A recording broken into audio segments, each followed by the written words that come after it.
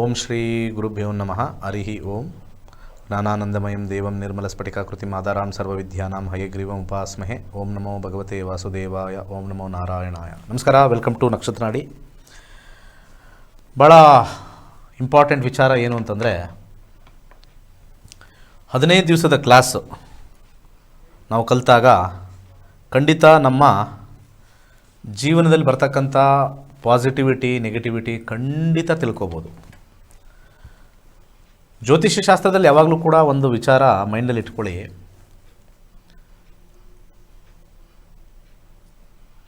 ಪರಿಹಾರ ಅನ್ನೋದು ಜಾತಕದಲ್ಲೇ ಬರೆದಿಟ್ಟಿರುತ್ತೆ. ಪರಿಹಾರ ಅಂತಕ್ಕಂಥದ್ದು ಜಾತಕದಲ್ಲೇ ಬರೆದಿಟ್ಟಿರುತ್ತೆ. ಒಟ್ಟು ನಮಗೆ ಈ 9 ಗ್ರಹಗಳು ಕಾಲಕಾಲಕ್ಕೆ ಸಕಾಲಕ್ಕೆ ನಮಗೆ ಒಳ್ಳೆಯದು ಕೆಟ್ಟದ್ದು ಕೊಡ್ತಕ್ಕಂಥ ಒಂದು ವಿಚಾರ ನಾವು ತಗೊಂಡಾಗ ಅದು ದಶಾಭುಕ್ತಿ ಮೇಲೆ ಮಾತ್ರ ಬರುತ್ತೆ, ಅದು ಬಿಟ್ಟರೆ ಬರೋಲ್ಲ. ಕೆಲವರ ಜಾತಕದಲ್ಲಿ ವಿವಾಹ ಇಲ್ಲ ಅಂತ ಬರೆದಿಟ್ಟಿದ್ರೆ ಅದು ಯಾವುದೋ ರೂಪದಲ್ಲಿ ಕಟ್ಟಾಗುತ್ತೆ. ಮದುವೆ ಆಗಿದ್ರೂ ಕಟ್ಟಾಗುತ್ತೆ, ಅಥವಾ ಪಾರ್ಟ್ನರು ದೂರ ಹೋಗ್ತಾರೆ, ಅಥವಾ ಪಾರ್ಟ್ನರ್ ತೀರ ಹೋಗ್ಬೋದು, ಯಾವುದಾದ್ರೂ ಆಗ್ಬೋದು.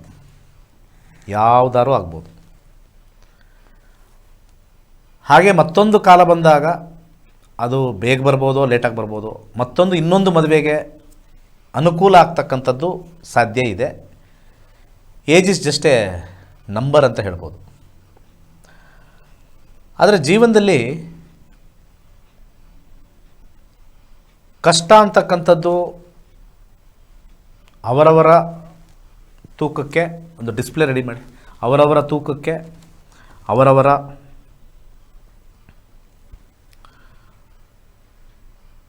ಒಂದು ಮೈಂಡ್ ಸೆಟ್ಗೆ ಇರ್ತಕ್ಕಂಥದ್ದು. ಯಾಕೆಂದರೆ ತುಂಬ ಜನ ಹೇಳ್ತಾರೆ, ಸೊ ನನಗೆ ಬರೋ ಕಷ್ಟ ಯಾರಿಗೂ ಇಲ್ಲ ಅಂತ. ಅದು ಒಂದು ಭ್ರಮೆ ಅಂತ ಅಂದ್ಕೊಳ್ತೀನಿ ನಾನು ಫಸ್ಟು. ಅದೊಂದು ಭ್ರಮೆ. ಯಾಕೆಂದರೆ ಒಬ್ಬ ವ್ಯಕ್ತಿಗೆ ಲಿಮಿಟ್ ಅನ್ನೋದೇನೂ ಇಲ್ಲ. There is no limit. Financially limit ಇದೆಯಾ? No limit. ಇವತ್ತು 10 ರೂಪಾಯಿ ಮಾಡ್ತಾರೂ ನಾಳೆ 100 ರೂಪಾಯಿ ಬಂದರೆ 100 ರೂಪಾಯಿನೇ ಇನ್ನೂ 200 ರೂಪಾಯಿ ಯಾವಾಗಾಗುತ್ತೆ? 200 ಮಾಡಿದವನು ಲಕ್ಷಕ್ಕೆ ಹೋಗ್ತಾನೆ, ಲಕ್ಷ ಮಾಡಿದವನು ಕೋಟಿಗೆ ಹೋಗ್ತಾನೆ, ಕೋಟಿ ಮಾಡಿದಾಗ ವರ್ಲ್ಡ್ಸ್ ರಿಚೆಸ್ಟ್ ಪರ್ಸನ್ ಆಗಬೇಕು ಅಂತ ಹೋಗ್ತಾನೆ. ಸಾಮಾನ್ಯವಾಗಿ ಈ ಒಂದು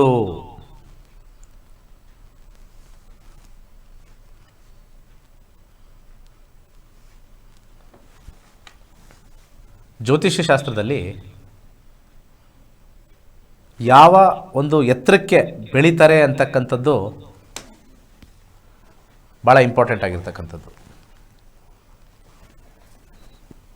ಹಾಗೆ ಒಂದೆರಡು ನಿಮಿಷ.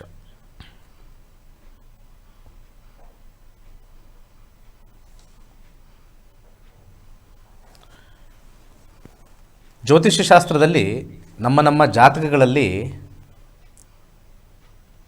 ಯಾವ ಎತ್ತರಕ್ಕೆ ಬೆಳೀತಾರೆ, ಎಷ್ಟು ಕೋಟಿ ಮಾಡ್ತಾರೆ ಅನ್ನೋದು ಬರೋದೇ ಇಲ್ಲ. ಇದು ಭಾಳ ಇಂಪಾರ್ಟೆಂಟ್ ಆಗಿರ್ತಕ್ಕಂಥ ಒಂದು ವಿಚಾರ ನಿಮಗೆ ಇವತ್ತು ಹೇಳ್ತಾ ಇದ್ದೀನಿ. ಸಮಸ್ಯೆ ಏನು ಅಂತಂದರೆ, ಒಬ್ಬರು ಜಾತಕ ನೋಡಿದ ತಕ್ಷಣವೇ ಇವನು ಕೋಟ್ಯಾಧೀಶ್ವರ ಹೇಳಕ್ಕೆ ಬರೋದಿಲ್ಲ. ಈ ಜಾತಕದವ್ರಿಗೆ ಹಣ ಬರ್ತಕ್ಕಂಥ ದಶ ಅಷ್ಟು ಮಾತ್ರ ಹೇಳ್ಬೋದು, ಹಣ ಕಳ್ಕೊಳ್ತಕ್ಕಂಥ ದಶ ಅಷ್ಟು ಮಾತ್ರ ಹೇಳ್ಬೋದು. ಒಬ್ಬ ಸಣ್ಣ ಟೀ ಅಂಗಡಿ ಇಟ್ಕೊಂಡಿರ್ತಾನೆ, ತಿಂಗಳಿಗೆ ಒಂದು 20,000 25,000 ದುಡಿತಾನೆ. ಆ ಅಂಗಡಿ ಯಾವುದೋ ಒಂದು ರೋಡ್ ವೈಡ್ನಿಂಗೋ ಅಥವಾ ಅಲ್ಲಿರೋರು ಯಾರೋ ಖಾಲಿ ಮಾಡಿಸ್ತಕ್ಕಂಥದ್ದು ಯಾವುದೋ ಒಂದು ಮುಖಾಂತರ ಹೀಲ್ಗೋವೆ. ಯಾರೋ ಒಂದು ದೊಡ್ಡ ಫ್ಯಾಕ್ಟ್ರಿ ಇಟ್ಕೊಂಡಿರ್ತಾರೆ, ತಿಂಗಳ ಒಂದು 10 ಲಕ್ಷ 15 ಲಕ್ಷ ಸಂಪಾದನೆ ಮಾಡ್ತಾ ಇರ್ತಾರೆ. ಹಾಗೆ ಆ ಸಂಪಾದನೆ ಮಾಡ್ತಾ ಇರ್ತಕ್ಕಂಥ ಒಂದು ಸಂದರ್ಭದಲ್ಲಿ ದಶಾಭುಕ್ತಿಗಳೇನೋ ಬದಲಾದಾಗ ಫ್ಯಾಕ್ಟ್ರಿ ಕ್ಲೋಸ್ ಡೌನ್ ಆಗೋದು, ಅಥವಾ ಆರ್ಡ್ರ್ ಏನಾರು ಆಗೋದು, ಅಥವಾ ಎಕ್ಸ್ಪೋರ್ಟ್ ಹೋಗಿರೋದು, ಏನೋ ಒಂದು ಆಗುತ್ತೆ. 15 ಲಕ್ಷ ಹೊಟ್ಟೋಗುತ್ತೆ. ಇಲ್ಲಿ ನೋಡಿ, ಇಲ್ಲಿ 25,000 ಹೋಯಿತು, ಅಲ್ಲಿ 15 ಲಕ್ಷ ಬಂತು, 15 ಲಕ್ಷ ಹೋಯಿತು ತಿಂಗಳಲ್ಲಿ. ಎರಡೂ ಕಾಂಬಿನೇಷನ್ ಸೇಮ್ ಇರುತ್ತೆ ಅವ್ರ ದಶಾಭುಕ್ತಿಲಿ. ಸೊ ಜ್ಯೋತಿಷ್ಯ ಶಾಸ್ತ್ರದಲ್ಲಿ ಯಾರು ಎಷ್ಟು ಎತ್ತರಕ್ಕೆ ಬೆಳೀತಾರೆ ಅನ್ನೋದು ತುಂಬಾ ಟಫ್ ವಿಚಾರ, ಹೇಳೋಕ್ಕಾಗಲ್ಲ. ಆದರೆ ಜ್ಯೋತಿಷ್ಯದಲ್ಲಿ ಬರ್ತಕ್ಕಂಥ ಒಂದು ಇಂಪಾರ್ಟೆಂಟ್ ಪಾಯಿಂಟ್ ಏನು ಅಂದರೆ, ಕಲಿತಾಗ ಅವರವರ ಲೆವೆಲ್ ಅವ್ರವ್ರಿಗೆ ಗೊತ್ತಿರುತ್ತೆ. ನಾನು ಒಂದು ಫ್ಯಾಕ್ಟ್ರಿ ಇಟ್ಟಿದ್ದೀನಿ, ಓಕೆ, ನಾನು ಒಂದು ಸಣ್ಣ ಬಟ್ಟೆ ಅಂಗಡಿ ಇಟ್ಟಿದ್ದೀನಿ, ನಾನು ಒಂದು ದಿನಸಿ ಅಂಗಡಿ ಇಟ್ಟಿದ್ದೀನಿ, ನಾನು ಹಾಲಿನ ಕೇಂದ್ರ ಇಟ್ಟಿದ್ದೀನಿ, ನನಗೆ ಎಷ್ಟು ಸಂಪಾದನೆ ಬರುತ್ತೆ ಅಂತ ನಮ್ಗೆ ಗೊತ್ತಿರುತ್ತೆ. ಜ್ಯೋತಿಷ್ಯ ಕಲಿತಾಗ ಮುಂದಿನ ದಶ ಅದು ಇಂಪ್ರೂವ್ಮೆಂಟ್ ಆಗುತ್ತಾ, ಆ ಹಾಲಿನ ಬಿಸ್ನೆಸ್ ಇನ್ನೂ ಒಂದು 2 ಕಡೆ ನಾನು ಜಾಸ್ತಿ ಮಾಡ್ತೀನಾ, ಅಥವಾ ಒಂದು ಬಟ್ಟೆ ಅಂಗಡಿ ತೆಗೆದೀನಿ ಅದು ಇನ್ನೂ 2 ಬಟ್ಟೆ ಅಂಗಡಿ ಓಪನ್ ಮಾಡ್ತೀನಿ, ಅಥವಾ ಈ ಅಂಗಡಿನೇ ಕ್ಲೋಸ್ ಆಗುತ್ತಾ, ಅದು ಮಾತ್ರ ಜ್ಯೋತಿಷ್ಯದಲ್ಲಿ ತಿಳ್ಕೊಳಕ್ಕೆ ಸಾಧ್ಯ. ಒಂದೇ ರೋಡ್ ಸೇಮ್ 5ರಿಂದ 6 ಬಟ್ಟೆ ಅಂಗಡಿ ಇರ್ತವೆ. 5ರಿಂದ 6 ಬಟ್ಟೆ ಅಂಗಡಿಗೆ ಸೇಮ್ ವ್ಯಾಪಾರ ಎಲ್ಲರಿಗೂ ಆಗಲ್ಲ, ಬೇರೆ ಬೇರೆ ಇರುತ್ತೆ. ಒಬ್ಬನಿಗೆ ಕೋಟಿಗಟ್ಟಲೆ ಬರ್ತಾ ಇರ್ತವೆ, ಒಬ್ಬ ಲಕ್ಷಗಟ್ಟಲೆ, ಒಬ್ಬನಿಗೆ ಬರೀ ನೋಡ್ತಾ ಇರ್ತಾನೆ ಈ ಬಾಡಿಗೆ ಕಟ್ಟಕ್ಕಾದ್ರೆ ಸಾಕು ಅಂತ ಕಾಯ್ತಾ ಇರ್ತಾರೆ. ಸೊ ಹೀಗೆ ಕಾಂಬಿನೇಷನ್ನಲ್ಲಿ ನಾವು ಒಂದು ಲೆವೆಲ್ ನೋಡ್ಬೋದು ದಶಾದಲ್ಲಿ, ಆದರೆ ಯಾವ ಲೆವೆಲ್ ಅಂತ ಎಲ್ಲೂ ಹೇಳೋಕ್ಕಾಗಲ್ಲ. ಇದನ್ನು ವೀಕ್ಷಕರು ಮತ್ತು ಯಾರ್ಯಾರು ಕೇಳ್ತಾರೆ ಅದನ್ನು ಮೈಂಡಲ್ಲಿ ಇಟ್ಕೊಳ್ಳಿ. We can never tell. ನಾಳೆ ಬಿಲ್ ಗೇಟ್ಸ್ದೋ ಅಥವಾ ಇಲಾನ್ ಮಾಸ್ಕ್ದೋ ಒಂದು ಜಾತಕ ತೋರಿಸ್ಬಿಟ್ಟು ಇವ್ರು ಹೆಂಗೆ ಅಂತಂದರೆ ದುಡ್ಡು ಚೆನ್ನಾಗಿದೆ ಸರ್ ಅಂತ ಹೇಳ್ಬೋದು. ಪ್ರಪಂಚದ ಅತ್ಯಂತ ಕೋಟ್ಯಾಧೀಶ್ವರ ಅಂತ ಹೇಳೋಕ್ಕೆ ಸಾಧ್ಯನೇ ಇಲ್ಲ. ಹೀ ಈಸ್ ಗೆಟಿಂಗ್ ಮನಿ. ಅವರವರ ಕರ್ಮಾನುಸಾರ ಬರ್ತಕ್ಕಂಥದ್ದು ಹಣ. ಆ ಕರ್ಮ ಭಗವಂತ ಕೊಟ್ಟಿರ್ತಕ್ಕಂಥ ಸೀಕ್ರೆಟು, ಅದು ಯಾರೂ ಡಿಕೋಡ್ ಮಾಡೋಕ್ಕಾಗಲ್ಲ. ನೋ ಬಡಿ ಕ್ಯಾನ್ ಡಿಕೋಡ್. 10ನೇ ಮನೆಯಲ್ಲಿ ಉನ್ನತವಾಗಿರ್ತಕ್ಕಂಥ ಗ್ರಹ ಇದ್ದರೆ ಒಂದು ಎತ್ತರದ ಪೊಸಿಷನ್ಗೆ ಹೋಗ್ತಾನೆ ಅಂತ ಹೇಳ್ಬೋದು. ಅವನು ವಿಲೇಜ್ ಪಂಚಾಯಿತಿ ಆಗಿರ್ಬೋದು, ಹಾಗೆ ಒಂದು ಕಾರ್ಪೊರೇಟರ್ ಆಗಿರ್ಬೋದು, ಅಥವಾ ಒಬ್ಬರು MLA ಆಗಿರ್ಬೋದು, ಮಿನಿಸ್ಟ್ರ್ ಆಗಿರ್ಬೋದು. 10ನೇ ಮನೆ ತೋರಿಸುತ್ತೆ. ಆದರೆ ಕಾರ್ಪೊರೇಟ್ ಅವನಿಗೆ ಜಾಸ್ತಿ ದುಡ್ಡು ಕಮ್ಮಿ ದುಡ್ಡು, ಮಿನಿಸ್ಟರ್ಗೆ ಜಾಸ್ತಿ ದುಡ್ಡು ಕಮ್ಮಿ ದುಡ್ಡು, ಎಷ್ಟೊಂದು ವೆರೈಟಿ ಇರುತ್ತೆ. ಎಷ್ಟೋ ಮಿನಿಸ್ಟರ್ಗಳು ಒಂದು ಕಾರ್ಪೊರೇಟರ್ಗಿನ ದುಡ್ಡು ಕಮ್ಮಿ ಇರುತ್ತೆ, ಅದು ಬೇರೆ. ಆದರೆ ಹಣದ ಮೊತ್ತ ಅದು ಕರ್ಮಫಲದಿಂದ ಬಂದಿರುತ್ತೆ.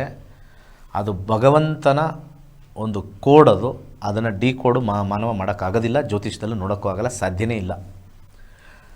ಸುಮ್ಮನೆ ನಾವು ಸಾಮಾನ್ಯವಾಗಿ ಏನು ಹೇಳ್ತಾ ಇರ್ತೀವಿ, ಗಜಕೇಸರಿ ಯೋಗ, ಆ ಯೋಗ, ಅದು ಬರುತ್ತೆ ಇದು ಬರುತ್ತೆ, ಅವೆಲ್ಲ ಏನಿಲ್ಲ. ಗಜಕೇಸರಿ ಯೋಗ ಒಬ್ಬ ಸಣ್ಣ ಗಾಡೀಲಿ ತಳ್ಳೋ ಗಾಡೀಲಿರ್ತಕ್ಕಂಥ ಒಂದು ಇಡ್ಲಿ ಚಿತ್ರಾನ್ನ ಮಾರ್ತಕ್ಕಂಥವ್ನಿಗೆ ಗಜಕೇಸರಿ ಯೋಗ ಬಂದರೆ ಸ್ವಲ್ಪ ಜನ ಜಾಸ್ತಿ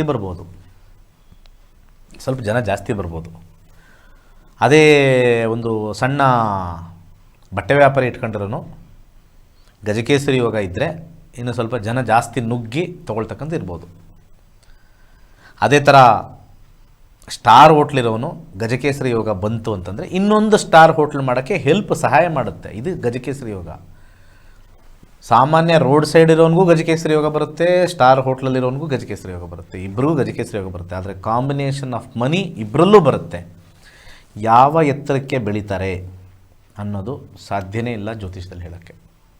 ಸೊ ಜ್ಯೋತಿಷ್ಯನೇ ಹೇಗೆ ತೊಗೊಳ್ಬೇಕು ನಾವು ಫೈನಲಿ ಆಗಿದ್ದರೆ ಅಂತಂದರೆ, ಈಗಿರೋ ಪರಿಸ್ಥಿತಿಯಿಂದ ಮುಂದಿನ ಪರಿಸ್ಥಿತಿ ಚೆನ್ನಾಗಿ ಆಗುತ್ತೀವಾ, ಅಥವಾ ಈಗಿರೋ ಪರಿಸ್ಥಿತಿಯಿಂದ ಕೆಳಗಿಳಿತೀವಾ ಅಂಥದ್ದಕ್ಕಂತ ನೋಡ್ತಕ್ಕಂಥದ್ದು ಒಂದೇ ವಿಚಾರಕ್ಕೆ 15 ದಿವಸದ ಕ್ಲಾಸು ಸೇರ್ಕೊಳ್ಳಿ, ಡಿಸೆಂಬರ್ 21ನೇ ತಾರೀಕು.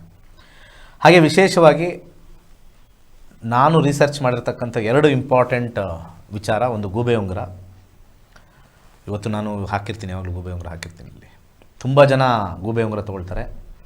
ಆಮೆ ಉಂಗುರ ಹೆಲ್ತಿಗೆ, ಅರ್ಥ ಆಯ್ತಲ್ಲ. ಗೂಬೆ ಉಂಗುರ ಬಂದ್ಬಿಟ್ಟು ಫಿನಾನ್ಷಿಯಲ್ ಸ್ಟ್ರೆಂತ್ಗೆ. ಹಾಗೆ 2ನೇ ವಿಚಾರ ಕೈಲಾಶ್ ಯಂತ್ರ. ದಿ ಮೋಸ್ಟ್ ಪವರ್ಫುಲ್, ಮನೆಯಲ್ಲಿ ನೆಮ್ಮದಿ ಇರ್ತಕ್ಕಂಥದ್ದು, ಆರೋಗ್ಯಕರವಾಗಿರ್ತಕ್ಕಂಥದ್ದು, ಇರೋದನ್ನು ಸ್ಟೆಬಿಲೈಸ್ ಮಾಡ್ತಕ್ಕಂಥ ಒಂದು ಯಂತ್ರ ಕೈಲಾಶ್ ಯಂತ್ರ. ಓಕೆ, ಡಿಸೆಂಬರ್ 21ನೇ ತಾರೀಕು ನಮ್ಮ ಕ್ಲಾಸಸ್ ಇರ್ತಕ್ಕಂಥದ್ದು. ಬೆಳಿಗ್ಗೆ 11 ಗಂಟೆಗೆ ಒಂದು ಕ್ಲಾಸು, ಸಂಜೆ 7:15 ಒಂದು ಕ್ಲಾಸ್ ಇರ್ತಕ್ಕಂಥದ್ದು. 15 ದಿವಸ ಕ್ಲಾಸ್ ಇರುತ್ತೆ. ಪ್ಲಸ್ ನಮ್ಮ ಆ್ಯಪು ಕೊಡ್ತೀವಿ. ನಿಮ್ಮ ಜೀವನದಲ್ಲಿ ಬರ್ತಕ್ಕಂಥ ಅಪ್ ಆ್ಯಂಡ್ ಡೌನು ಕಂಪ್ಲೀಟ್ಲಿ ಇದರಲ್ಲಿ ಲೈಫ್ ಹಿಸ್ಟ್ರಿ ಕೊಟ್ಬಿಡುತ್ತೆ. ಅದೇ ಪ್ರಕಾರ ನಡೆಯೋದು, ಏನು ಮಾಡೋಕ್ಕಾಗಲ್ಲ. ಆ ಪ್ರಾಬ್ಲಮ್ ಬಂದಾಗ ಏನೇನು ಮಾಡಬೇಕು ಅನ್ನೋ ಸಜೆಷನ್ ನಾನು ಕೊಡ್ತೀನಿ, ಅಷ್ಟು ಮಾಡಿಕೊಂಡ್ರೆ ಸಾಕು. ಆದರೆ ಅವಾಯ್ಡ್ ಮಾಡೋದು ಕಷ್ಟ, ತುಂಬಾ ಕಷ್ಟ. Fate of A person cannot be changed, ಏನು ಮಾಡೋಕ್ಕಾಗಲ್ಲ. ನಮಸ್ಕಾರ,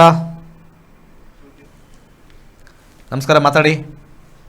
ಗುರುಜಿ ಜಾಬ್ ಬಗ್ಗೆ ಕೇಳಬೇಕಿತ್ತು ನಾನು. ಹಾಂ ಹೇಳಿ. ಜಾಬ್ ಅಟೆಂಡ್ ಆಗಿದ್ದೀನಿ ಗುರುಜಿ, 2 ರೌಂಡ್ಸ್ ಮುಂದಿದೆ. 3rd ರೌಂಡ್ ಜನವರಿ ಮಿಡ್ ಇಲ್ಲ ಫೆಬ್ರವರಿಯಲ್ಲಿ ಇರುತ್ತೆ. Travelling related job. ಏನಂದ್ರೆ ಇನ್ನೊಂದ್ಸರಿ ಅರ್ಥನೇ ಆಗ್ತಾ ಇಲ್ಲ ನೀವು ಕೇಳ್ತಾ ಇರೋದು. ಇಂಟರ್ವ್ಯೂ ಅಟೆಂಡ್ ಆಗಿದ್ದೀನಿ ಗುರುಜಿ, 2 ರೌಂಡ್ಸ್ ಆಗಿದೆ, ಕಂಪ್ಲೀಟ್ ಆಗಿದೆ. 3rd ರೌಂಡ್ ಜನವರಿಯಲ್ಲಿ ಇಲ್ಲ ಅಂದ್ರೆ ಫೆಬ್ರವರಿಯಲ್ಲಿ ಇರುತ್ತೆ ಗುರುಜಿ. 3rd ರೌಂಡಾ? 1 to 249 ಒಂದು ನಂಬರ್ ಹೇಳಿ. 1 to 249. 98 Guruji. 98 job.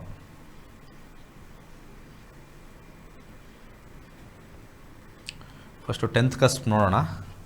5th house ಬರೋದ್ರಿಂದ ಸ್ವಲ್ಪ ನಿಮಗೆ ಜಾಬ್ ಅಷ್ಟು ಸ್ಟ್ರಾಂಗ್ ಆಗಿ ತೋರಿಸ್ತಾ ಇಲ್ವಲ್ಲ.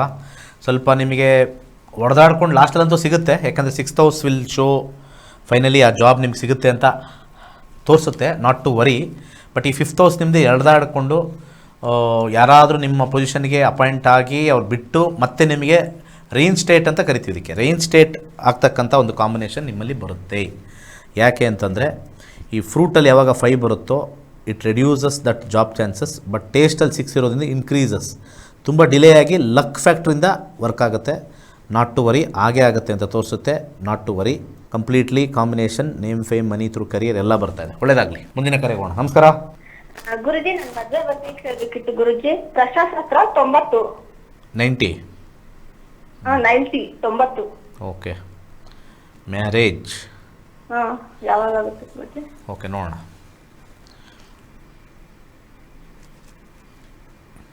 ಕ್ಲಾಸ್ ಅದು 7ನೇ ಮನೆ. 7ನೇ ಮನೆ ಶನಿ 7ನೇ ಮನೆ ತೋರಿಸ್ತಾ ಇದೆ. ಆದರೆ 8ನೇ ಮನೆ ಮದುವೆಗೆ ಭಾಳಷ್ಟು ಅಡಚಣೆಗಳು ಸ್ಟಾರ್ಟ್ ಆಗ್ತಾ ಇದೆ ಅಂತ ಬರ್ತಾ ಇದೆ. ಯಾಕೆಂದರೆ ನಾವು ಇಲ್ಲಿ ಕಾಂಬಿನೇಷನ್ ನೋಡಿದಾಗ ಮ್ಯಾರೇಜ್ ಅಂತ ನೋಡಿದಾಗ ಸ್ವಲ್ಪ 8th ಹೌಸಿಂದ ಶುರು ಆದಾಗ ನಿಮ್ಗೆ ಇಷ್ಟಪಟ್ಟಿರೋದು ಅಥವಾ ನೀವು ಬೇಕು ಅಂತಕ್ಕಂಥದ್ದೆಲ್ಲ ಅಡಚಣೆ ಬರ್ತದೆ. ಅರ್ಥ ಆಯ್ತಾ? ಕೊನೆಗೆ ಮದುವೆ ಕಾಂಬಿನೇಷನ್ ಅಂತೂ ಫ್ರೂಟಲ್ಲಿ ಅದ್ಭುತವಾಗಿ ಕಾಂಬಿನೇಷನ್ ಅಂತೂ ಇದೆ ಇಲ್ಲಿ.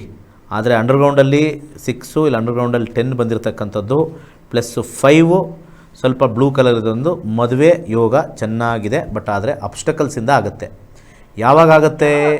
ಯಾವಾಗಾಗುತ್ತೆ ಅದು ನೋಡೋಣ. 2025ವರೆಗೂ ಸೆಪ್ಟೆಂಬರ್ಗೂ ಸೂರ್ಯ ಮದುವೆ ಕಾಂಬಿನೇಷನ್ ತೋರಿಸ್ತಾ ಇದ್ದಾನೆ. 2025 ಸೆಪ್ಟೆಂಬರ್, ಮುಂದಿನ ವರ್ಷ ಸೆಪ್ಟೆಂಬರ್ ಒಳಗಡೆ ಆಗೇ ಆಗುತ್ತೆ. ಸ್ವಲ್ಪ ಯಾಕೋ ಇಂಟ್ರೆಸ್ಟೆಡ್ ಮ್ಯಾರೇಜು ಅಥವಾ ನಿಮಗೆ ಬೇಕಾಗಿರ್ತಕ್ಕಂಥದ್ದು ಲವ್ ಅಂತಲೂ ತೊಗೊಳ್ಬೋದು, ಅಥವಾ ಇಂಥದೇ ಬೇಕು ಅಂತ ಬರ್ತಕ್ಕಂಥ ಮ್ಯಾರೇಜ್ ತೋರಿಸ್ತಾ ಇದೆ. ಆಗುತ್ತೆ, ಸಕ್ಸಸ್ ಆಗುತ್ತೆ. ಸ್ವಲ್ಪ ಎಳೆದಾಡಿಕೊಂಡು. ಒಳ್ಳೆಯದಾಗಲಿ. ಮುಂದಿನ ಕರೆಗೋಣ. ನಮಸ್ಕಾರ. ನಮಸ್ತೆ ಸರ್. ಹೇಳಿ. ಮಗಳ ಬಗ್ಗೆ ಕೇಳಬೇಕಿತ್ತು ಸರ್. ಯಾರ ಬಗ್ಗೆ? ಮಗಳ ಬಗ್ಗೆ ರೀ. ಹಾಂ, ಏನು ಕೇಳಬೇಕು? ಅವ್ರದ್ದು ಎಜುಕೇಶನ್ ಬಗ್ಗೆ ಕೇಳಬೇಕಿತ್ತು ಸರ್. ಹಾಂ, ಹೇಳಿ. ಅವಳು 18ನೇ ತಾರೀಕು ರೀ ಸರ್. 18 November 2005 ಹುಟ್ಟಾಡ್ರಿ sir. ಕರೆಕ್ಟಾಗಿ ಹೇಳಮ್ಮ, ನೀಟಾಗಿ. 18 ನವೆಂಬರ್ 2005 ರೀ. 2005. ಸಮಯ ಬೆಳಿಗ್ಗೆ 7:00 ಹುಬ್ಳಿ ಒಳಗೆ ಹುಟ್ಟಾಡ್ರಿ ಸರ್. ಕರೆಕ್ಟಾಗಿ 7:00 ಎಲ್ಲ ಇರಲ್ಲ. ಟೈಮ್ ಕರೆಕ್ಟಾಗಿ ತೊಗೋಬೇಕು ನೀವು. ಯಾವಾಗ್ಲೂ 9:34 ಇರುತ್ತೆ, 36 ಇರುತ್ತೆ. ಆವಾಗಲೇ ನಮಗೆ ಕಸ್ಪಲ್ಲಿ ನೋಡೋಕ್ಕೆ ಸಾಧ್ಯ ಆಗುತ್ತೆ. ಇಲ್ದರೆ ಕಸ್ಪಲ್ಲಿ ನೋಡಿಲ್ಲ ಅಂದರೆ ನಾವು ಕಾಂಪೌಂಡ್ರ್ ಥರ ಹೇಳ್ಬೇಕಾಗತ್ತೆ. 4ನೇ ಮೇಲೆ ಅವರಿದ್ದಾರೆ, 4ನೇ ಮೇಲೆ ಇವರಿದ್ದಾರೆ, 4ರಲ್ಲಿ ಅವರು ಶನಿಯ ಮನೆ ಬಂದಿದೆ, ಅದು ಮನೆ ಶನಿ ದೃಷ್ಟಿ ಬಿದ್ದಿದೆ, ಇಂಥವು ಹೇಳ್ಕೊಂಡು ಕೂತ್ಕೋಬೇಕು. ಅವೆಲ್ಲ ಜ್ಯೋತಿಷ್ಯ ಅಲ್ವೇ ಅಲ್ಲ. 19 ಇಯರ್ಸು ಡಿಗ್ರಿ ಮಾಡ್ತಾ ಇದ್ದಾರೆ ಈಗ. ಅವಳು ಇಂಜಿನಿಯರಿಂಗ್ ಮಾಡ್ಯಾಳ್ರಿ ಸರ್. ಅದು CSD ತಗೊಂಡಾಳ್ರಿ. ಸ್ವಲ್ಪ ನೆನಪಿನ ಶಕ್ತಿನ ಬರ್ತಾ ಇಲ್ಲ ಅಂತ ಅನ್ನತಾಳ್ರಿ ಸರ್. ಓಕೆ. 4ನೇ ಮನೆ ರಾಹು ಬಂದಿರೋದ್ರಿಂದ 4ನೇ ಮನೆ ಎಜುಕೇಷನ್ಗೆ ಖಂಡಿತ ಚೆನ್ನಾಗಿದೆ. ಸೊ ಇರೋ ನಕ್ಷತ್ರದಲ್ಲಿ ಬಂದಿರತಕ್ಕಂಥ ಕಾಂಬಿನೇಷನ್ ದಶಾದಲ್ಲೇ ನಾವು ನೋಡ್ಬೋದು ಮೇಜರ್ ಪ್ರಾಬ್ಲಮ್ಗಳನ್ನ. 1811 combination is attributed to Mercury. ಸ್ವಲ್ಪ ಹೆಸರು ಕಾಳನ್ನು ದಾನ ಮಾಡಿ. ಫಸ್ಟ್ ಪಾಯಿಂಟಲ್ಲಿ 8 ಮುಖದ ರುದ್ರಾಕ್ಷಿ ಹಾಕಿ ಓಂ ರಂ ರಾಹುವೇನ್ ನಮಃ, RHUM ರಂ, ಓಂ ರಂ ರಾಹುವೇನ್ ನಮಃ ಅದು ಹೇಳ್ಕೊಬೇಕು. ಓಕೆ, ಇದು ಹೇಳ್ಕೊಳ್ಳಿ. ಮತ್ತು ಸಾಧ್ಯವಾದರೆ ಒಂದು ಗೋಮೇಧಿಕ ಹಾಕ್ಕೊಳ್ಳಿ. ಎಜುಕೇಷನ್ ಮಾಡೇ ಮಾಡ್ತಾರೆ, ಸ್ವಲ್ಪ ಸೆಲ್ಫ್ ಎಫರ್ಟಿಂದ ಕ್ಲಿಯರ್ ಆಗುತ್ತೆ, ಹಾಗೇ ಆಗುತ್ತೆ. ಇನ್ನೊಂದೇನು ಅಂತಂದರೆ, ಈ ಡಿಗ್ರಿ ಮಾಡಬೇಕಾದ್ರೆ ನೆನಪಿನ ಶಕ್ತಿಗೆ 2 ವಿಚಾರಗಳು ಬರುತ್ತೆ. ಒಂದು, ಇವತ್ತಿನ ಒಂದು ಎಜುಕೇಷನ್ ಸಿಸ್ಟಮ್ಮು ತುಂಬ ಲೋಡ್ ಮಾಡಿದ್ದಾಗ, ಪ್ರೆಷರ್ ಆದಾಗ ಬರೋದು ಸಾಧಾರಣವೇ ಆಗುತ್ತೆ. ಹಾಗೆ ಪ್ರಾಕ್ಟೀಸ್ ಒಂದೇ ಇರ್ತಕ್ಕಂಥದ್ದು. ಪ್ರಾಕ್ಟೀಸ್ ಮಾಡಲೇಬೇಕು. ಯಾಕಂದರೆ ವಿತೌಟ್ ಪ್ರಾಕ್ಟೀಸ್ ಯಾವುದು ತಲೆಯಲ್ಲಿ ಇಟ್ಕೊಳ್ಳೋಕ್ಕಾಗಲ್ಲ. ಯಾಕೆಂದರೆ 3 ಅವರಲ್ಲಿ 1 ವರ್ಷ ಓದಿರೋದೆಲ್ಲ ಬರಿಬೇಕಲ್ಲ, ದಟ್ ಈಸ್ ದಿ ಇಶ್ಯೂ. ನಮಸ್ಕಾರ ಗುರುಜಿ. ನಮಸ್ಕಾರ ಗುರುಜಿ. ಹೇಳಿ. ನನ್ನ ಮಗನ ಕೇಳ್ತಾ ಇದ್ದೀನಿ ಗುರುಜಿ. ಹೇಳಿ. ಯೋಗೀಶ್ ದೇವಿ ಅಂತ ಅವನ ಹೆಸರು. ಹೇಳಿ. ಅವನು ಜಾಬ್ಗೆ ಟ್ರೈ ಮಾಡ್ತಾ ಇದ್ವಿ, ಅದಾಗುತ್ತೆ ಅಂತ ಹೇಳ್ಬುದಿ. ಪ್ರಶ್ನಾಶಾಸ್ತ್ರಕ್ಕೆ ಹೋಗ್ತೀನಿ. 1 to 249. 29. ಒಂದು ನಿಮಿಷ. 29 ಜಾಬ್.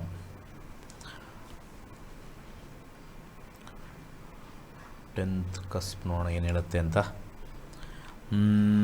7, 10 ಯಾವುದು ರೆಟ್ರೋಗ್ರೇಡ್ ಬಂದಿಲ್ಲ. ಜಾಬ್ ಟ್ರೈ ಮಾಡಬಹುದು, ಸಕ್ಸಸ್ ತೋರಿಸ್ತಾ ಇದೆ. 6ನೇ ಮನೆ ನೋಡೋಣ. ಸರ್ವಿಸ್ ಇಂಡಸ್ಟ್ರೀಲಿ ಜಾಬ್, ಬಿಸ್ನೆಸ್, ಫೈನಾನ್ಸಲ್ಲಿ ಎಂಡಿಂಗಲ್ಲಿ, ಸರ್ವಿಸ್ ಇಂಡಸ್ಟ್ರೀಲಿ 8 ಶುಕ್ರನಲ್ಲಿ ಬಂದಿದೆ. 1, 6 ಹಣ ಕೊಟ್ಟು ಮಾಡೋವಂಥ ಅವಶ್ಯಕತೆ ಇಲ್ಲ. ಅರ್ಥ ಆಯ್ತಾ? ಹಣ ಕೊಟ್ಟು ಮಾಡುವಂಥ ಇದಿಲ್ಲ. ಕೊಟ್ಬಿಟ್ಟಿದೀವಲ್ಲ ಗುರುಜಿ. ಕೊಟ್ಟಾದ್ಮೇಲೆ ಕೇಳಿದ್ರೆ ನಾನೇನು ಮಾಡೋದು? ಹಾಗೆ ಆಟೋಮೆಟಿಕ್ಕಾಗಿ ನ್ಯಾಚುರಲಾಗಿ ಸಿಗೋ ಕಾಂಬಿನೇಷನ್ ಇದೆ. ಇಲ್ಲಿ 8 ಬಂದಾಗ ನನಗೆ ಅರ್ಥ ಆಯಿತು. 6ನೇದು ಸರ್ವಿಸ್ಗೆ ನೀವು 8 ಕೊಟ್ಟಿದ್ದೀರಾ. ಏನು ಹೇಳೋಣ ನಿಮಗೆ? ಪ್ಲಸ್ 6 ರಾಹು ಇಂದ ಸ್ಟಾರ್ಟ್ ಆಗಿದೆ. 11 ಯಾವಾಗಲೂ ಕೂಡ ಈ ಕಾಂಬಿನೇಷನ್ 5-8 ರೆಟ್ರೋಗ್ರೇಡ್ ಸ್ಟಾರ್ಟಿಂಗಲ್ಲಿ ಬಂದರೆ ಫ್ರೂಟಲ್ಲಿ ಜಾಬ್ ಕೊಡಿಸ್ತೀನಿ ಅಂತಾರೆ, ಟೇಸ್ಟಲ್ಲಿ ಅವ್ರು ಕೊಡದೇ ಇರ್ತಾರೆ. ನ್ಯಾಚುರಲಾಗಿ ಆಗ್ತಾ ಇತ್ತಲ್ಲ, ಯಾಕೆ? ಅದೇ ಗುರುಜಿ. ಈಗ ವಾಪಸ್ ಕೊಡ್ತಾರಾ? ಎಕ್ಸಾಮ್ನಲ್ಲಿ ಪಾಸ್ ಆಗಿದೆ. ಓಕೆ, ಆಯಿತು. ಎಕ್ಸಾಮಲ್ಲಿ ಪಾಸ್ ಆಗಿದೆ. ಓಕೆ, ಅದೇ ಟ್ರೈ ಮಾಡ್ತಾ ಇದ್ದೀವಿ. ಒಂದಿಷ್ಟು ಅವ್ರಿಗೆ ಕಮಿಟ್ಮೆಂಟ್ ಮಾಡಿದ್ವಿ. ಮತ್ತೆ ನಿಮ್ಮ ಹತ್ರ ನಾನು ನಿಮಗೆ ಡೈರೆಕ್ಟಾಗಿ ಹೇಳ್ತೀನಿ, ಅವ್ರೇನು ಪಾಸ್ ಮಾಡಿಲ್ಲ. ನೀವು ದುಡ್ಡು ಕೊಟ್ಬಿಟ್ಟು ಬರ್ಕೊಡ್ತೀನಿ ಇವತ್ತು. ಅವರ ಎಫರ್ಟಿಂದ, ನಿಮ್ಮ ಮಗನ ಎಫರ್ಟಿಂದ ಪಾಸ್ ಆಗಿರೋದು ಇದು. ಗುರುಜಿ, ಒಟ್ಟು ಆಗುತ್ತಲ್ಲ ಗುರುಜಿ. ಬಟ್ ಅವ್ರ ಹತ್ರ ದುಡ್ಡು ವಾಪಸ್ ಇಸ್ಕೊಳ್ಳಿ. ಗುರುಜಿ. ಓಕೆ, ಅದು ನಾವೇನು ಮಾಡೋಕ್ಕಾಗಲ್ಲ. ಇದು ಅವರ ಎಫರ್ಟಿಂದ ಅಲ್ಲ. ಯಾಕಂದರೆ ಇಲ್ಲಿ 6ನೇದಲ್ಲಿ 8 ಬಂದಾಗ ಸ್ವಲ್ಪ ಕಷ್ಟ ಅನ್ನಿಸ್ತು. ಬಟ್ ಇಲ್ಲಿ ಆಲ್ರೆಡಿ ಫ್ರೂಟಲ್ಲಿ 8 ಇದೆ. ಸುಮ್ಮನೆ ಕೆಲವರೆಲ್ಲ ಹೋಗಿ ಯಾವನೋ ದೇವ್ರ ಥರ ಆಗ್ಬಿಡ್ತಾರೆ. ಎಲ್ಲ ಟೋಪಿ ಹಾಕೋರೆ ನಿಮಗೆಲ್ಲ ಕೆಲವರೆಲ್ಲ ಸಿಗೋದು. ಎಷ್ಟು ಜನ ನಾನು ನೋಡಿದ್ದೀನಿ ಈ ನಾರ್ತ್ ಕರ್ನಾಟಕದವರು. ನಾನು ನಿಜವಾಗ್ಲೂ ಹೇಳ್ತೀನಿ, ನನಗೆ ಹೈಯೆಸ್ಟ್ ಕಾಲ್ ಬರೋದು ನಾರ್ತ್ ಕರ್ನಾಟಕ. ಗೌರ್ಮೆಂಟ್ಗೆ ಅವ್ನಿಗೆ ದುಡ್ಡು ಕೊಟ್ಟೆ, ಇವ್ನಿಗೆ ದುಡ್ಡು ಕೊಟ್ಟೆ. ಚೊಂಬು ರೇಟು ಬರೋಲ್ಲ ನಿಮಗೆ. ಚೊಂಬು ಪ್ಲಾಸ್ಟಿಕ್ ಚೊಂಬು ಕೊಡ್ತಾರೆ. ಸ್ಟೀಲ್ ಚೊಂಬು ಆದರೂ ಓಕೆ, ಮಾರ್ಕೊಂಡು 1-2 ರೂಪಾಯಿ ತೊಗೋಬೋದು. ಪ್ಲಾಸ್ಟಿಕ್ ಚೊಂಬು ಬೆಲೆನೇ ಇಲ್ಲ. ಯಾಕೆ ನಾರ್ತ್ ಕರ್ನಾಟಕದವ್ರು ಆ ಗೌರ್ಮೆಂಟ್ ಜಾಬ್ ಹಿಂದೆ ಬಿದ್ದು ಇಂಥ ಕ್ವ್ಯಾಕ್ಸ್ ಜೊತೆ ಇರ್ತೀರ ಅಂತ ಅರ್ಥನೇ ಆಗಲ್ಲಪ್ಪ. ಏನು ಉದ್ಧಾರ ಆಗಿರೋರೆಲ್ಲ ಗೌರ್ಮೆಂಟ್ ಜಾಬಲ್ಲಿರೋರೆಲ್ಲ ಉದ್ಧಾರ ಆಗಿದ್ದಾರಾ? ಏನಿಲ್ಲ. ಪ್ರೈವೇಟಲ್ಲಿರೋರು ಎಂತೆಂಥ ಎತ್ತರಕ್ಕೆ ಹೋಗಿದ್ದಾರೆ ಗೊತ್ತಾ? ಎಂತೆಂಥ ಸಾಧನೆ ಮಾಡಿದ್ದಾರೆ ಗೊತ್ತಾ? ಗೌರ್ಮೆಂಟಲ್ಲಿ ಏನು ಸಾಧನೆ ಮಾಡ್ತೀರಿ ನೀವು? ಈ ಅಪ್ಪ ಅಮ್ಮಂದು ಪ್ರಾಬ್ಲಮ್ಮು. ನನ್ನ ಮಗ ಗೌರ್ಮೆಂಟು, ನಮ್ಮ ಮಗ ಗೌರ್ಮೆಂಟು. ಇದನ್ನು ತಲೆ ತುಂಬಿಸಿ ಆ ಮಕ್ಕಳು 24-23 ವರ್ಷದವ್ರು ನಾನು ಗೌರ್ಮೆಂಟು 30 ವರ್ಷ ಆದರೂ ಬರಿತಾ ಇದ್ದೀನಿ. ಮದುವೆ ಇಲ್ಲ, ಕರಿಯರ್ ಇಲ್ಲ, ಏನಿಲ್ಲ. ಇದ್ದರೆ ಆಟೋಮೆಟಿಕ್ ಬಂದೇ ಬರುತ್ತೆ. ದುಡ್ಡು ಕೊಟ್ಟರೆ ಮಾಡೋವಂಥದ್ದು ಎಲ್ಲೂ ಇಲ್ಲ. 100ರಲ್ಲಿ ಕೇಸಲ್ಲಿ ನಾನು ಹೇಳ್ತಾ ಇದ್ದೀನಿ ಕೇಳಿ, 100 ಕೇಸಲ್ಲಿ 98 ಕೇಸು ದುಡ್ಡು ಕೊಟ್ಟಿರೋದು ಯಾವುದೂ ಆಗಿಲ್ಲ. ಇನ್ನು 2 ಕೇಸ್ ಆಗಿದೆ. ಅದು ಏನೋ ಎಲ್ಲ ಮುಗಿದು ಇನ್ನೇನು ಇನ್ಫ್ಲೂಯೆನ್ಸಿಂಗ್ ಸ್ಟೇಜಲ್ಲಿ ಇದ್ದಾಗ ಮಾತ್ರ ಆಗಿರೋದು ಅಷ್ಟೇ ಹೊರತು ಫಸ್ಟ್ ಸ್ಟೇಜಿಂದ ಲಾಸ್ಟ್ ಸ್ಟೇಜಿಗೆ 98% ಫ್ಲಾಪ್. ಕ್ಯಾಶ್ ಕೇಳ್ತಾರೆ ನಿಮಗೆ, ಕ್ಯಾಶ್ ಕೇಳ್ತಾರೆ, ಚೆಕ್ ಕೇಳಲ್ಲ. ಯಾಕೆಂದರೆ ಕೇಸ್ ಹಾಕ್ಬಿಡ್ತಾರೆ ಅಂತ. ಕಪಟ. ನಮ್ಮ ನಕ್ಷತ್ರ ನಾಡಿ ಕಲೀರಿ ಅಂದರೆ ಇಷ್ಟು ದೊಡ್ಡ ದುಡ್ಡು ಅಂತೀರಾ. ಅಲ್ಲಿ ಕಪಟ ಮಾಡಿದಾಗ ಸಿಗಾಕೊಂಡು ಸಾಯ್ತಾರೆ. ನನಗೆ 5-6 ಕೇಸ್ ಬಂದಿತ್ತು. ಕಲೀರಿ ಅಂದಾಗ ಅದೆಲ್ಲ ನಮ್ಮ ತಲೆಗತ್ತಲ್ಲ ಅಂದರು. 15,000 ಸ್ವಲ್ಪ ಕಾಸ್ಟ್ಲಿ ಅನ್ನಿಸ್ತು ಅಂತಲೂ ಮಾತಾಡಿದ್ದಾರೆ. ಅದೇ ವ್ಯಕ್ತಿಗಳು ಸಾರಿ ಬಂದು ಕೇಳಿ 25 ಲಕ್ಷ ಲಾಸ್ ಆಗಿದೆ ನನಗೆ, ಅವಾಗೇನೋ ತಪ್ಪು ಮಾತಾಡ್ಬಿಟ್ವಿ, ಕಾಸ್ಟ್ಲಿ ಅಂತೆಲ್ಲ ಹೇಳಿ ಇದನ್ನೆಲ್ಲ ಬಂದು ಸರಸ್ವತಿನ ಇಟ್ಕೊಂಡು ಮಾಡಿದ್ದಾರೆ. ಅವಾಗೇನು ಮಾಡೋಕ್ಕಾಗತ್ತೆ ಹೇಳಾದ್ಮೇಲೆ? ಅದಕ್ಕೆ ಎಲ್ಲರಿಗೂ ಹೇಳ್ತಾರದು, ನಮ್ಮ ಫೀಸ್ ಏನಾದ್ರು ಜಾಸ್ತಿ ಅಂದರೆ ಅದರದ್ದು 10ರಷ್ಟು ಲಾಸ್ ಮಾಡ್ಕೊತೀರ. ಯಾಕೆ ಅಂದರೆ ಸರಸ್ವತಿಗೆ ನೀವು ಬೆಲೆ ಕಟ್ತಾ ಇದ್ದೀರಾ. ನಾವು ಬೆಲೆ ಇಟ್ಟಿರೋದು ಕಾರಣಾಂತರದಿಂದ ಎಷ್ಟೊಂದು ಇದೆ. ಅದು ಬನ್ನಿ ಪರ್ಸ್ನಲಾಗಿ ಕೂತ್ಕೊಳ್ಳಿ, ಹೇಳ್ತೀನಿ ನಾನು ಏನಕ್ಕೆ ಇಟ್ಟಿದ್ದೀವಿ 15,000 ಅಂತ. ಆ್ಯಪ್ ಚಾರ್ಜಸ್ ಎಷ್ಟಿರುತ್ತೆ, ನಾವು ಬೇರೆ ಬೇರೆ ಚಾರ್ಜಸ್ ಎಷ್ಟಿರುತ್ತೆ, ಎಷ್ಟು ಜನ ಸಂಸ್ಥೆಯಲ್ಲಿ ವರ್ಕ್ ಮಾಡ್ತಾರೆ ಅವ್ರಿಗೆಲ್ಲ ಕೊಡುವಂಥದ್ದು ಚಾರ್ಜಸ್ ನಾವು ಬೇರೆ ಹೇಳ್ತೀವಿ. ಬನ್ನಿ, ಯಾರಾದರೂ ನಮ್ಮದು ಜಾಸ್ತಿ ಕಾಸ್ಟ್ಲಿ ಅಂತಂದರೆ ಅದ್ರ 10ರಷ್ಟಂತೂ ಗ್ಯಾರಂಟಿ ಹೋಗಿರುತ್ತೆ. ಅದು ಗೊತ್ತಿಲ್ಲದೆ ಹೋಗ್ಬಿಟ್ಟಿರುತ್ತೆ. ನನಗೆ ಲೈವ್ ಎಕ್ಸಾಂಪಲ್ 4-5 ಜನ ಬಂದಿದ್ದಾರೆ. ಗೌರ್ಮೆಂಟ್ ಜಾಬ್ ಸಿಗುತ್ತಾ ಅಂತ ಹೇಳಿ ಬಂದಕ್ಕೆ ಸೇರಿಕೊಳ್ರಿ ಇನ್ನೂ ಚೆನ್ನಾಗಿ ಅರ್ಥ ಆಗುತ್ತೆ ಎಕ್ಸಾಮ್ ಇಲ್ಲ ಸರ್ 15,000 ಸ್ವಲ್ಪ ಕಾಸ್ಟ್ಲಿ ಅನ್ನಿಸ್ತು. ಹೋಗಿ ಟೋಪಿ ಹಾಕ್ಸ್ಕೊಂಡಿದ್ದಾರೆ. 10 ಲಕ್ಷ 15 ಲಕ್ಷ 100% ವಾಶೌಟ್ ಆಗಿದ್ದಾರೆ. ನಮ್ಮ ಸ್ಟೂಡೆಂಟ್ಸ್ ಕೂಡ ಒಂದು 3-4 ಜನ ಇದ್ದಾರೆ. ಗೌರ್ಮೆಂಟ್ ಕೆಲಸ ಕೊಡಿಸ್ತೀನಿ, ಈ ನೀಟ್ ಈಗೆಲ್ಲ ಇವಾಗ ಇನ್ನೊಂದೇನು ಅಂತಂದರೆ ತುಂಬ ಜನಕ್ಕೆ ಒಂದು ಸ್ವಲ್ಪ ಕನ್ಫ್ಯೂಷನ್ ಇದ್ದಾರೆ. ಈಗೆಲ್ಲ ಮೆಡಿಕಲ್ ಕಾಲೇಜ್ ಸೀಟ್ ಕೊಡಿಸ್ತೀವಿ ಅಲ್ಲಿ ಕೊಡಿಸಿ ಇಲ್ಲಿ ಕೊಡ್ತೀವಿ. ಫ್ರಾಡ್ಗಳು ಕೂತವ್ರೆ. 60 ಲಕ್ಷ ಹೇಳ್ತಾರೆ, 70 ಲಕ್ಷ ಹೇಳ್ತಾರೆ, 50 ಲಕ್ಷ. ಇದನ್ನು ಯಾರು ಧಾರಣೆ ಮಾಡಲ್ಲ. ಸಣ್ಣ ಪುಟ್ಟ ಕ್ಲಾಸಸ್ ಮಾಡಿಕೊಂಡು ಒಂದಷ್ಟು ಸಣ್ಣದಿಸ್ಕೊಂಡು ಅವ್ರಿಗೆ ಜ್ಞಾನ ಕೊಡ್ತಕ್ಕಂಥದ್ದು ಬಗ್ಗೆ ಲೆಕ್ಕ ಹಾಕ್ತಾರೆ. ನಮ್ಮ ಸ್ಟೂಡೆಂಟ್ಗಳು ಇದ್ದಾರೆ, ಹುಚ್ಚರು, ನಂಬರ್ 1 ಕೇಡಿಗಳವರು ಅಂತೇಳಿ ಕರಿತೀವಿ, ಅವರು ಇದ್ದಾರೆ ನಮ್ಮ ಲೆಕ್ಕ ಮಾಡ್ಕೊಂಡವ್ರು. ಅವ್ರನ್ನೆಲ್ಲ ಇನ್ಮೇಲೆ ಅವ್ರದ್ದು ಹೆಸರು ಸಮೇತ ಫೋಟೋ ಸಮೇತ ಹಾಕ್ತೀನಿ ಇನ್ಮೇಲೆ ಟಿ ವಿಲಿ ಸರೋಗ್ಬಿಡುತ್ತೆ. ಹಾಕಬೇಕು. ನಮ್ಮ ಪಾಠ ಕಲಿತು ನಮ್ಮ ಹತ್ರನೇ ಅಲ್ಲಲ್ಲ ಮಾತಾಡ್ಕೊಳ್ತಾರೆ. ಅದು ಬಿಡಿ, ಅವರೆಲ್ಲ ಸ್ಮಾಲ್ ಫ್ರಾಗ್ಸ್, ದೊಡ್ಡ ತಿಮಿಂಗ್ಳುಗಳು ನಿಮ್ಮ ಹತ್ರ ಇರ್ತಾರೆ. ಹುಷಾರಾಗಿರಿ, ಯಾಕೆಂದರೆ ಕಷ್ಟಪಟ್ಟಿರ್ತೀವಿ ದುಡ್ಡು. ಎಲ್ಲೋ ಒಂದು ಕಡೆ ನಮ್ಮ ಜಾತಕದಲ್ಲಿ 5, 8, 12 ಬಂದುಬಿಡುತ್ತೆ. ಅದು ನಮ್ಮದೆಲ್ಲ ತಪ್ಪು. ಏನಂದರೆ ಮಕ್ಕಳಿದು ಒಂದು ಓದಲಿ, ಮಕ್ಕಳ ಒಂದು ಉದ್ಧಾರ ಆಗಲಿ, ಉನ್ನತವಾಗಿ ಹೋಗಲಿ ಅನ್ನೋ ಒಂದು ಉದ್ದೇಶದಲ್ಲಿ ಪೋಷಕರು ಮಾಡ್ತಾರೆ. ಇದನ್ನೆಲ್ಲ ತಿಳ್ಕೊಂಡು ಎಲ್ಲಿ ಹಣ ಸಂಗ್ರಹಿಸ್ಬೋದು ಅಲ್ಲೇ ಜಾಸ್ತಿ ಇದ್ದಾರೆ. ನಾನು ನೋಡಿದ್ದೀನೆಲ್ಲ. ಈ ಗೌರ್ಮೆಂಟ್ ಕೆಲಸದಲ್ಲಿ ಸ್ವಲ್ಪ ದುಡ್ಡು ಮಾಡೋರು, ಮೋಸ ಮಾಡೋರು ಅಲ್ಲಿ ಜಾಸ್ತಿ. ಈ ನೀಟ್ ಬರೋ ಟೈಮಲ್ಲಿ ನನಗೆ ಅವ್ರಿಗೆ ಗೊತ್ತು, ಇವ್ರಿಗೆ ಗೊತ್ತು, ಕಾಲೇಜ್ ಗೊತ್ತು, ಅದು ಗೊತ್ತು, ಇಲ್ಲಿ ಕೊಡಿಸ್ತೀವಿ, ಅಲ್ಲಿ ಕೊಡಿಸ್ತೀವಿ, ಫುಲ್ ಝೀರೋ. ಎಷ್ಟು ಜನ ಲಕ್ಷಗಟ್ಟಲೆ ಕಳ್ಕೊಂಡಿದ್ದಾರೆ. ಕೇಸ್ ಹಾಕ್ತಾರೆ. ಯಾರು ಕೇಳ್ತಾರೆ? ಯಾರಿಗೂ ನ್ಯಾಯ ಸಿಕ್ಕಿಲ್ಲ. ಪ್ರಶ್ನಾಶಾಸ್ತ್ರ ಹಾಕ್ಕೊಳ್ಳಿ, ಬಂದೇ ಬರುತ್ತೆ, ಇಲ್ಲದ್ರೆ ಈ ಥರ ಆಗುತ್ತೆ. ಹುಷಾರಾಗಿರಿ. ಒಳ್ಳೆಯದಾಗಲಿ. ಸರ್ವೇ ಜನ ಸುಖಿನೋ ಭವಂತು.